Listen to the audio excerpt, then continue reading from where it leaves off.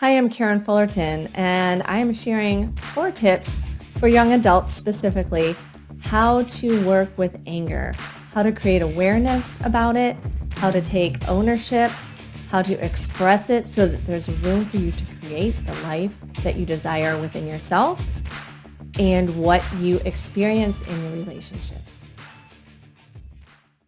Have you ever felt angry and then lashed out, spoke back to a parent, or a teacher or a sibling or somebody, and then later you felt bad or you got punished for it, right? There's some repercussion for that anger. And when you look back, you weren't even sure why you lashed out that way. I mean, even though you could see someone provoking you or feel that or put some kind of cause on the effect of your anger, you still couldn't explain that rush of energy and that just what you said or did just came out. I'm here to help you through that. My name's Karen, and I'd like to speak about anger and its purpose in life and how you can work through it so that you have greater control over your own emotions so that you have better relationships with people. Because once you start to use anger in a different way, you're going to see that reflected back as well. So the first thing that I'd like to do, I have 4 tips or 4 steps for you to go through. But the first thing I want to explain is that anger is an emotion for growth. It is an emotion for growth. We see anger as bad. Mainly we have that perception because of the act, right? The act that was done out of anger can be destructive physically and emotionally. And maybe you have seen and be the recipient of that anger on yourself. That is the part of anger that is labeled bad, but anger itself, if you knew what to do with it, can really be transformative. If you think of any superhero, right, good over bad or triumph, what fuels them is typically anger at something they see in the world. Anger at people, destroying the earth or destroying people. It's this inner sense that, they do something, right, to change it. So anger really propels us to who we are supposed to be in a sense, our mission in life, to make the world a better place, to make you feel better so that you can make the world a better place. It can be a little complex, but we're just going to start with the basics here. Anger is also a part of something called the wood element. All of nature from fire and earth and air and water and wood have emotions that are associated with them. So if anger is part of a wood element, that's trees, right? Think of trees and growing, and it starts from a seed. So you might be starting from a seed, but when you learn to move through your anger in a positive way and understand it and understand yourself more, it's going to grow. And so then this beautiful tree is flourishing. Okay, so with that, the first thing I want to say out of the 4 steps or tips to help you understand anger a little bit more and to move through it so that you feel better is to recognize anger is okay. Anger is needed in your life. So often as kids or young adults, we're told that anger is bad. Shut that mouth. Don't say anything if you can't say anything nice, that sort of thing. And so it's really tricky in that beginning, stages between 10 and, your teen years. And this goes through life. But what you're doing is walking a line within yourself of what you've seen, heard, been taught, and being able to move through it to what you believe and can learn and can do and what you accept and what you don't. And it's so easy to be pulled back into what other people are telling you to do, feel, think. So this isn't easy, but just know, again, it's natural. It's normal. Everybody goes through this. It's like an awakening, like you're breaking through an egg. Think of, chickens or turtles. They have to get through this egg, right? One push, one crack at a time. It's not going to happen instantaneously. So just breathe and know that however painful, fearful, or stressful this is, it will pass and you will transform through it. That's the first step, being aware and knowing this is okay. This could be part of your mission in life, your purpose. So look at it a little bit differently if you can. So the second step that I want to talk about is just an acknowledgement again that what other people think of you is none of your business. That is so hard, right? Especially in the early teens and in middle school and high school. I mean, that's what it's all about. We want to be accepted.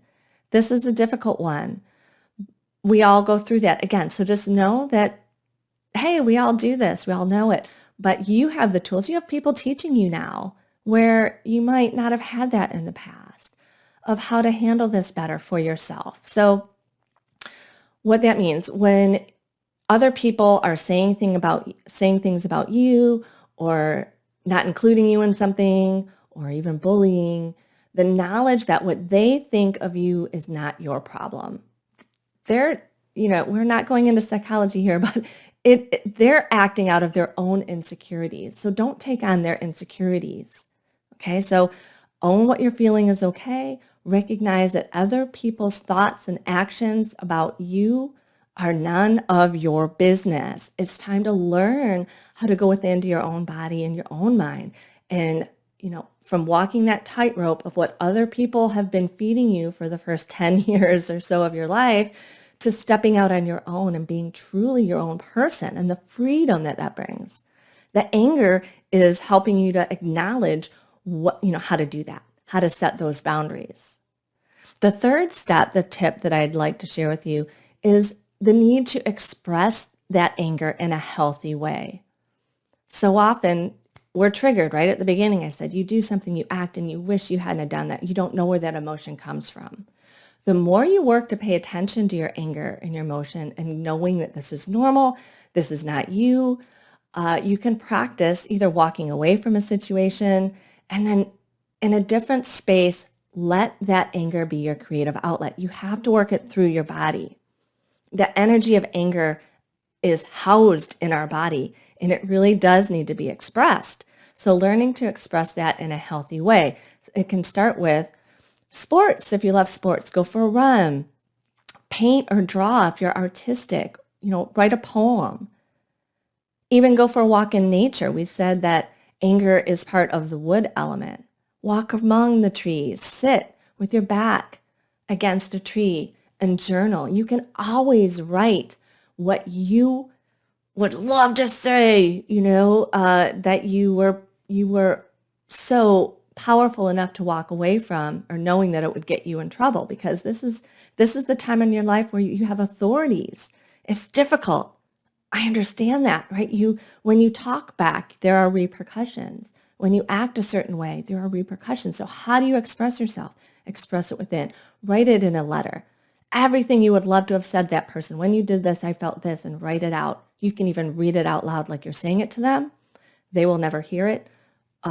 You can crumple it up, right? Throw it away. Acknowledge that that's out. You got it through you. Doesn't mean that relationship is going to be immediately better, but you're working on improving the dynamic between you and those other people. Because when you feed something with negative energy, like what they did to you, the reaction is to, react back. And when that just ping pongs back, nothing is going to evolve or grow from that.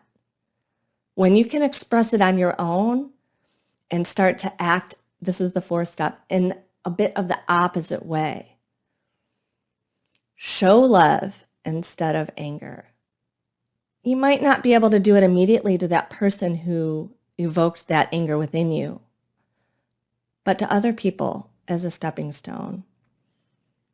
Compliment somebody or just be there for somebody who seems to be alone or down, or whatever it is that you are feeling to make you feel that anger. Look for that in somewhere else where you can be the opposite to somebody else.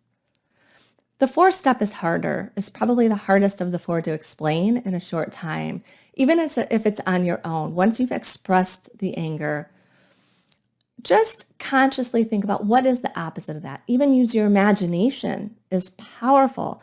If you can't do it in person, imagine it in your head and feel the situation that you would have liked in that scenario that got you mad. Play it out in your head how you would have loved it to be.